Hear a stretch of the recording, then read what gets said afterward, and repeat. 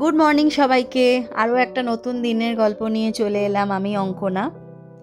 এতগুলো বছর হয়ে গেল পুনেতে আছি। প্রতি বছর দেখেছি জুন মাসের 10 তারিখের মধ্যে মনসুন সিজন স্টার্ট হয়ে যায়, কিন্তু এই বছর কি হয়েছে বুঝতে পারছি না। প্রকৃতি সত্যি আমাদের ওপর রুষ্ট হয়ে আছে, একদম বৃষ্টি হচ্ছে না। আমাদের মহারাষ্ট্রের জলের সাপ্লাইয়ের বেশিরভাগটাই কিন্তু বৃষ্টির ওপর ডিপেন্ড করে। খুব শীঘ্রই যদি বৃষ্টি না নামে আমাদের খুব কষ্ট হতে চলেছে। অলরেডি আমাদের সোসাইটিতে বেশ কয়েকদিন ধরে জলের সমস্যা হচ্ছে, আগামী দিনে আরও বেশি সমস্যা হবে। যাই হোক, সমস্যা তো আছেই, বাট জীবনটা তো চালাতে হবে, সেই নিয়েই আজকে তোমাদের যেই দিনের গল্পটা বলবো সেই দিনটা হলো শুক্রবার। আজকের দিনটা হলো 19 তারিখ। আজকে কি হয়েছে জানি না, রিশানের সকাল 5:30টায় ঘুম ভেঙে গেছে। ওর নড়াচড়া দেখে আমারও ঘুমটা ভেঙেই গেছিলো, তাও আমি চুপ করে ওর পাশে শুয়েছিলাম, দেখছিলাম ও ঘুমোয় কি না। কিন্তু দেখলাম না, ও ঘুমোবে না। তাই আমি 6টাতে উঠে পড়লাম, আর ও দেখি আমার পেছন পেছন চলে এলো। আজকের দিনটা একটু স্পেশাল হতে চলেছে। আজকে রিশান ওর স্কুলের বন্ধুদের সঙ্গে জন্মদিন সেলিব্রেট করবে। জন্মদিনে বন্ধুদের জন্য কি কি গিফট কেনা হয়েছে সেটা তোমাদের একবার দেখিয়ে দিই। এই যে এই পেনগুলো দেখছো, এরকম 3টে পেন কেনা হয়েছে ওর স্কুলের টিচারদের জন্যে। প্রতিবার রিশানের স্কুলের বন্ধুদের জন্যে পেন্সিলের কম্বো কিনি। কম্বো মানে তার মধ্যে একটা পেন্সিল থাকবে, scale, eraser, sharpener, colour pencil, পুরো একটা সেট থাকে। কিন্তু এইবার একটু অন্যরকম দেওয়ার ইচ্ছে ছিল, তাই গিফটগুলো আলাদা আলাদা কিনে একসঙ্গে প্যাক করব। যেমন এখানে একটা কিনেছি পাজেল, বিভিন্ন ধরনের অ্যানিমালস রয়েছে এখানে। লায়ন আছে, এখানে বাঘ আছে, সিংহ আছে, হাতি আছে। এক একটা পাজেলের এক একটা অ্যানিমাল, এইগুলো কিনেছি একটা করে।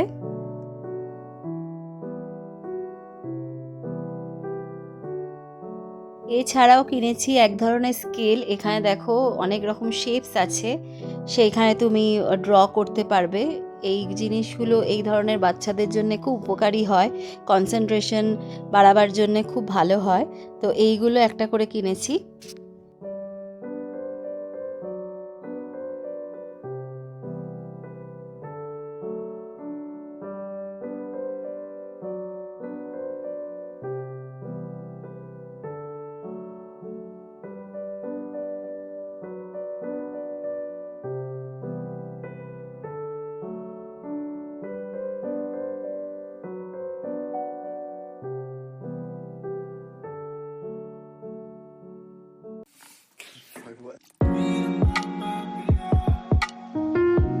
এছাড়াও এখানে কিনেছি ইরেজার। এখানে বিভিন্ন ফলের শেপে ইরেজারগুলো আছে। এখানে দেখো কলা আছে, আঙুর আছে, এই রকম 8খানা ইরেজার কেনা হয়েছে। ওদের ক্লাসে টোটাল 8খানা বাচ্চা আছে, এক একজনের এক একটা।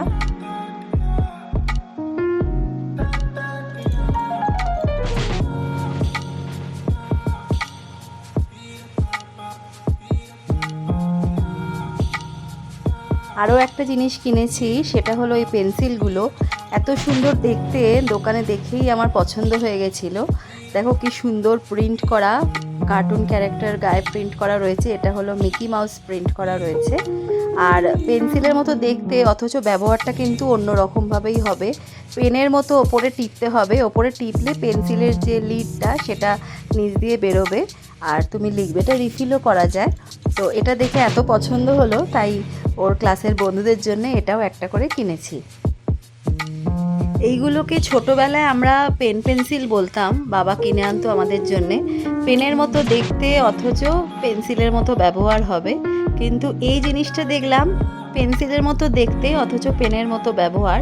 আর মেন এই প্রিন্টগুলো দেখে আমার সত্যি প্রচণ্ড ভালো লাগলো, তাই কিনলাম আমি। তো এই যে 4 রকম জিনিস দেখালাম, সেই জিনিসগুলো এক একটা প্যাকে থাকবে। তো 8টা বন্ধুর জন্য 8টা কেনা হয়েছে, 8টা সেট বানিয়ে ওদের প্যাক করে দেওয়া হবে। রিশানের জন্মদিন এইবার যেহেতু রবিবার পড়েছে, রবিবার তো ওদের স্কুল বন্ধ থাকে, তাই শুক্রবার 19 তারিখে আজকে ওদের স্কুলে সেলিব্রেশনটা হবে। তাই এই গিফটগুলো অনেক দিন আগেই আমরা কিনে রেখেছিলাম, কিন্তু আজ প্যাক করব কাল করব করে আর হচ্ছিল না। আজকে একবারে ফাইনাল ডেতে এসে সব প্যাকিং কমপ্লিট করা হচ্ছে।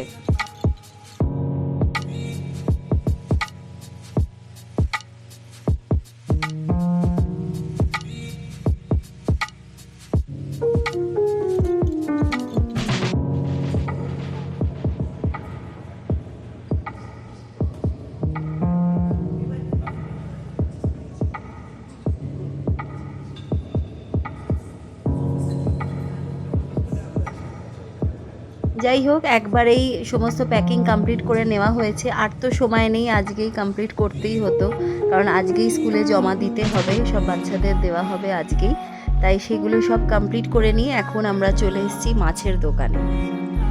শুক্রবার হিসেবে মাছের দোকানটা আজকে অনেকটাই ফাঁকা রয়েছে, আর মাছও প্রচুর এসে গেছে দেখলাম। তাই ভাবলাম একটু তোমাদেরকেও ভিডিও করে দেখাই আজকে আমাদের এখানে কি কি মাছ এসছে।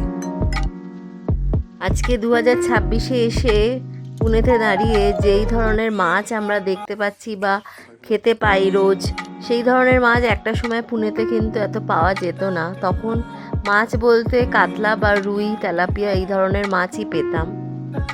এরকমও বছর গেছে, আমার মনে আছে সারা বছর ইলিশই খাইনি, মানে দেখতেও পাইনি, খাওয়ার সুযোগও হয়নি। কিন্তু এখন সেই রকম সমস্যা আর হয় না আমাদের এখানে। আর 5টা দিনের মতো আজও সোমদেব আমাকে মাছের দোকানে ড্রপ করে দিয়ে চলে গেছে। সোমদেবের আবার এতগুলো মাছ দেখে আর তাদের গন্ধে একটা অস্বস্তি হয়, বমি পায়। আমার অবশ্য সেই ধরনের কোনো সমস্যা নেই। সমস্যা নেই বললে হয়তো ভুল হবে, সমস্যা আমারও আছে। তবে সময়ের সাথে সাথে সেই সমস্যাগুলোকে কিভাবে ম্যানেজ করতে হবে, কিভাবে অ্যাডজাস্ট করতে হবে, সেটা হয়তো কোনোভাবে শিখে গেছি। মাছের দোকানে ছোটোবেলা থেকে কখনো যাইও নি, কখনো ভাবিও নি কোনো একটা সময় হয়তো প্রতিদিনই আমাকে মাছের দোকানে যেতে হবে। একটা সময় এমন ছিল, মাছের প্যাকেটটা হাতে ধরলেও সেই গন্ধটা বাজে লাগতো। কিন্তু এখন সেই আমি মাছের দোকানে ডেলি আসছি, মাছ ঘাঁটাঘাঁটি করছি, সেগুলোকে ধোয়া, রান্না করা সব কিছু একা হাতে করছি। তো জীবনটা এরকমই, কখন আমরা জীবনের সাথে সাথে বদলে যাই সেটা আমরা নিজেও হয়তো বুঝে উঠতে পারি না। আজকে তো রিশানের স্কুলে জন্মদিন সেলিব্রেশন করা হবে, তাই একটা নতুন জামা পরিয়ে ওকে পাঠাচ্ছি। এই জামাটা জন্মদিন উপলক্ষেই কেনা হয়েছে, মিন্ত্রা থেকে নিয়েছি। এটা একটা কট সেট, প্রিন্টটা দেখে খুব ভালো লেগেছিল বলেই নেওয়া এটা। এই ধরনের কার্টুন প্রিন্টেড জামা কাপড় রিশানের জন্য আমার কিনতে খুব ভালো লাগে, তবে সবসময় ওর সাইজে পাই না।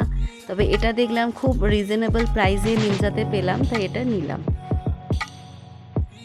রিশান রেডি হয়ে গেছে স্কুলের জন্যে। আজকে আমিও যাচ্ছি রিশানকে স্কুলে ড্রপ করতে, কারণ স্কুলে যাওয়ার পথে স্কুলের জন্য যে কেকটা অর্ডার করা হয়েছে সেটাকেও পিক আপ করতে হবে।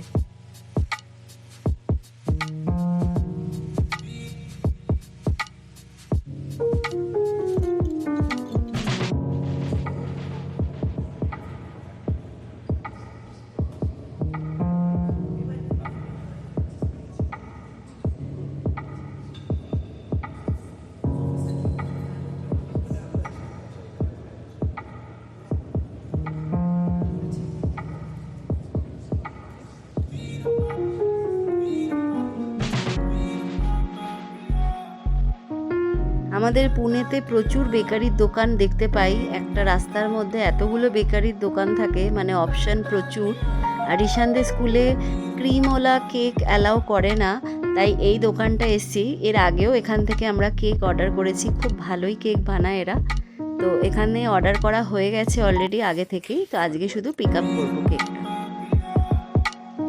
ক্রিম ছাড়া কেকের সাথে সাথে এখানে ক্রিম দেওয়া কেকও প্রচুর পাওয়া যায়, যদিও আমরা সেগুলো কখনো টেস্ট করিনি।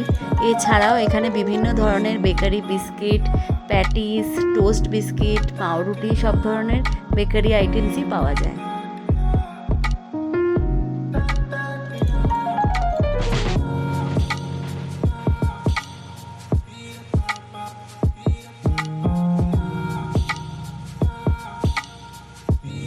আমাদের অর্ডার করা কেকটা চলে এসছে।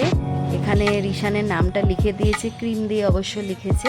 এই কেকটাই রিশান ওর বন্ধুদের জন্য নিয়ে যাচ্ছে।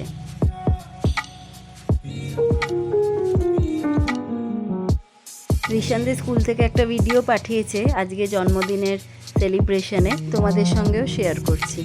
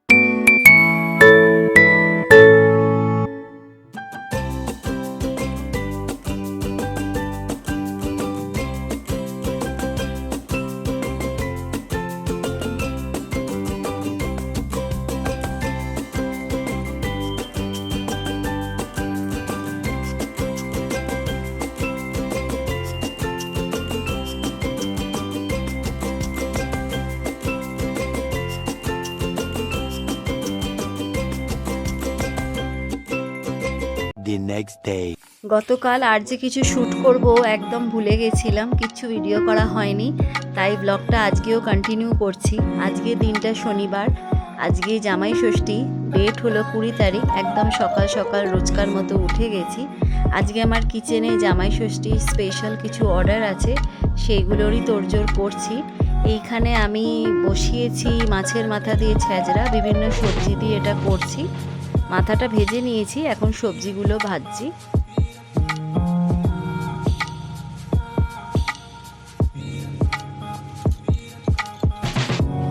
এখানে শুক্তো বানানো হয়ে গেছে, প্যাকিং করা বাকি আছে। এইদিকে হয়ে গেছে আলু পোস্ত, এটা কিন্তু আমার কিচেনের খুব হিট একটা আইটেম। এইখানে হয়ে গেছে ইলিশ ভাপা। ভাপা যে কোনো আইটেম আমি মাইক্রোওভেনে করে থাকি, খুব কম সময়তে হয়ে যায়। আর এইখানে বানিয়েছি ইলিশ মাছের ঝাল বেগুন দিয়ে। খানিকটা রান্না করে এখন বানাচ্ছি কাটলেট। এটা হলো চিকেন কাটলেট। অ্যাকচুয়ালি প্ল্যান করে রেখেছিলাম সবার আগে চিকেন কাটলেটগুলোকে রেডি করে রাখবো। রেডি করে রাখলে ভাজতে তো বেশি সময় লাগে না, কিন্তু প্ল্যান ওয়াইজ কাজটা করতে পারিনি, তাই রান্নার মাঝখানে এখন এগুলো রেডি করে নিচ্ছি। খানিকটা সময় ফ্রিজে রাখবো, তারপরে ভেজে যাদেরকে পাঠানো তাদেরকে পাঠিয়ে দেবো।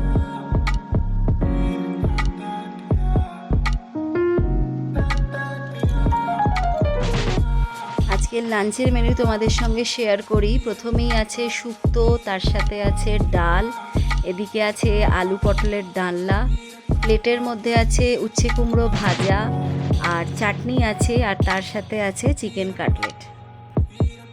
আজকে অর্ডারে চিকেন কাটলেট ছিল, আর ঘরের জন্য ভেবেছিলাম কয়েকটা তৈরি করে ফ্রিজের মধ্যে রেখে দেবো, আগামীকাল সেটা ভেজে ঘরে খাওয়া হবে। কিন্তু সোমদেব আর রিশানের আজকেই খেতে ইচ্ছে হলো, তাই এদেরকে আজকে ভেজে দিলাম।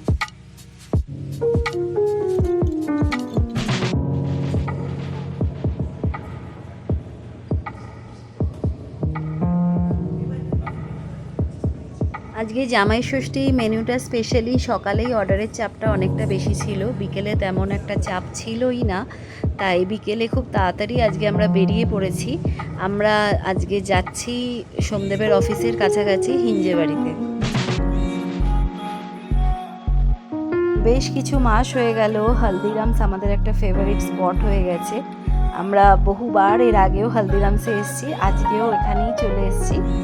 আর অর্ডার করেছি একটা ভেলপুরি, তার সাথে আছে একটা সামোসা, আর আমার জন্য নিয়েছি একটা রাজকচুরি। আসলে হিঞ্জেবাড়ির সাইডে ক্যাফের অপশান খুবই কম, যে কটা আছে আমাদের জন্য খুব একটা সেগুলো সুটেবল নয়। আর আমি একটা জিনিস দেখেছি, হলদিরামসে রিশান একটু কমফোর্টেবল ফিল করে, খুব বেশি এক্সাইটেড হয় না, তাই আমরাও হলদিরামসটাই চুজ করি বেশিরভাগ সময়। খাওয়া দাওয়া শেষ করে এইবারে বাড়ি ফেরার পালা। আজকের গল্পটাও এখানেই শেষ করছি। তোমাদের আজকের গল্পটা ভালো লাগলে প্লিজ লাইক শেয়ার করে দিও। আর যারা নতুন দেখছো চ্যানেলটাকে প্লিজ সাবস্ক্রাইব করে দিও। খুব শিগগিরই নতুন একটা গল্প নিয়ে তোমাদের কাছে আবার চলে আসব। তোমরা সবাই খুব ভালো থেকো, সুস্থ থেকো, আনন্দে থেকো, আমার পাশে থেকো। ততক্ষণের জন্য তোমাদের সবাইকে টাটা।